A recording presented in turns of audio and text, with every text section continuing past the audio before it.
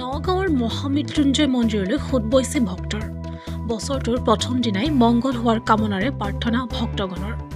নগাঁৱৰ বিভিন্ন প্ৰান্তৰ লগতে জগন্নাথ মন্দিৰতো ভক্তৰ ভিৰ হোৱা পৰিলক্ষিত হৈছে। পুৱাই মন্দিৰ দৰ্শন কৰিলে নগাঁৱৰ বিধায়ক ৰূপ শৰ্মাই।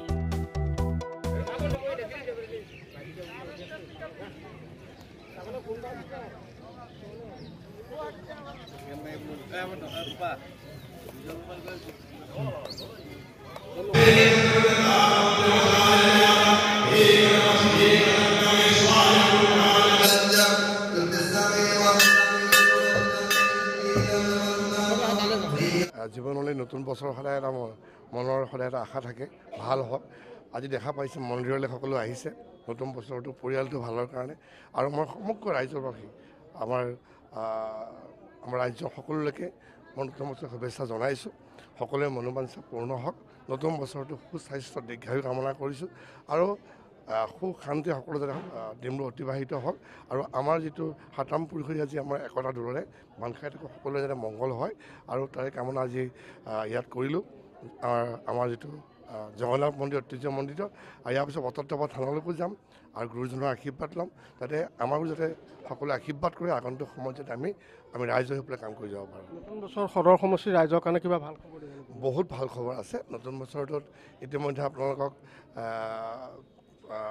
গম পাইছে যে প্ৰতিটো মুহূৰ্তত আমি আমাৰ নগাঁওবাসী ৰাইজক ভাল ভাল খবৰ লৈ আহোঁ। খুব কম দিনৰ ভিতৰতে মুখ্যমন্ত্ৰী মহোদয় নগাঁৱলৈ অহা কথা আছে, আৰু নগাঁৱত ইতিমধ্যে সম্পূৰ্ণ হোৱা আমাৰ যিটো ইনডোৰ ষ্টেডিয়ামটো এতিয়া মুকলি কৰিব। একে সময়তে আমাৰ ছুইমিং পুলৰ কামটো সম্পূৰ্ণ হ'ব, আৰু সেইটো ক্ৰমান্বয়ে আমাৰ ৰাজ্যৰ কাৰণে মুকলি হ'ব। আৰু ভাল খবৰ যে আমাৰ নগাঁৱৰ যিটো এখন ক্ৰীড়া সন্থা, আমাৰ যিখন খেলপথাৰ, আন এখন খেলপথাৰ ইতিমধ্যে অসম ক্ৰিকেট সন্থাক দিয়া হৈছে।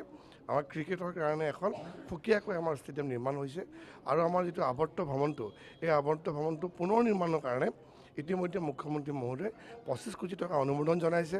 আৰু চহৰৰ মাজত থকা জেলখন, এই জেলখন আমি ইতিমধ্যে চহৰৰ বাহিৰলৈ নি সেইখন এখন ডাঙৰ আমি উদ্যান বনাবৰ কাৰণে প্ৰচেষ্টা হাতত লৈছোঁ।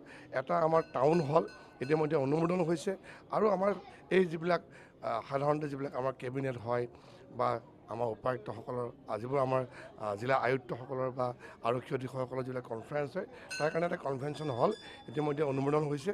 চহৰত কিবা এটা ভাল ভাল খবৰ আপোনালোকে পাই থাকিব। কলংখন আকৌ পুনৰ আমি খান্দিবৰ কাৰণে আৰম্ভ কৰিছোঁ, আৰু তাৰ লগতে চহৰৰ দাঁতিকাষৰীয়া আমাৰ সমষ্টিৰ লগত থকা গাঁৱতো বহুখিনি আমি কাম ইতিমধ্যে হাতত লৈছোঁ। ইতিমধ্যে 15 কোটি টকাৰ আমাৰ ৰাস্তাৰ কাম অনুমোদন হৈছে, গতিকে ৰাস্তাসমূহৰ কাম আমাৰ নিৰ্মাণ ইতিমধ্যে হৈ উঠিব। আৰু আটাইতকৈ ভাল খবৰ যে এই বছৰেই হয়তো ফেব্ৰুৱাৰী মাহত আমাৰ সকলোৰে ভক্তিস্থল অতত্ৰপা থানৰ যি লগতে যিটো লাগি আছে আমাৰ যিখন কলাক্ষেত্ৰ, সেই কলাক্ষেত্ৰখনো আমাৰ হয়তো মুকলি হ'ব। আৰু ইতিমধ্যে আমাৰ মাননীয় প্ৰধানমন্ত্ৰী মহোদয়েও ইয়াত অহা কথা চলি আছে, আৰু যদি সেইটো হৈ যায়, যিটো আমাৰ অতত্ৰপা থানখন, এই থানখনৰ কিনাৰত যিটো আমাৰ যিখন কলাক্ষেত্ৰ, সেই কলাক্ষেত্ৰখনে সমগ্ৰ ভাৰতবৰ্ষৰ লগতে বিশ্ববাসী এক পৰ্যটকৰ আকৰ্ষণৰ স্থলী হৈ পৰিব, আৰু নগাঁওবাসীৰ কাৰণে গৌৰৱ।